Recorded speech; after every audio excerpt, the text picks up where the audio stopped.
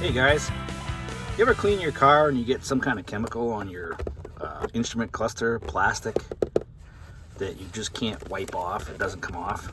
Let me show you an easy way of getting this off, as long as it's not too bad.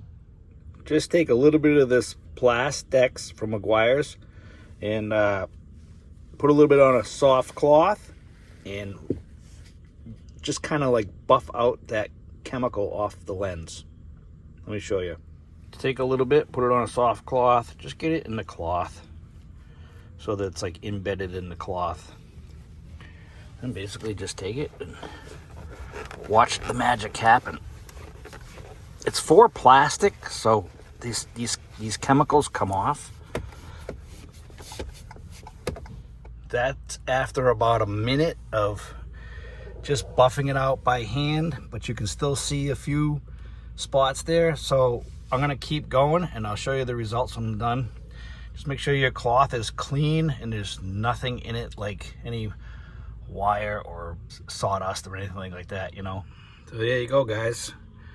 I just spent about 2 minutes, 2.5 minutes buffing that out. I reapplied a little bit of Plastex to the cloth and then reapplied. If you look really close, you can probably see a little bit still there, but for the most part it's gone and it looks brand new. So after I was done cleaning the lens, I noticed that there's a couple cracks right at the bottom here. So I'm going to replace this lens.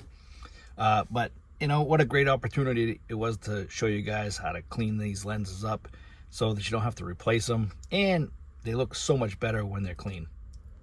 And if you learned anything here today, guys, hit that like button and subscribe. And if you need more automotive tips, why don't you click over to simplecaranswers.com.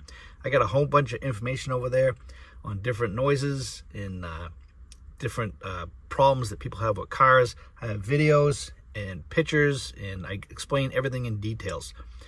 So check that out as well.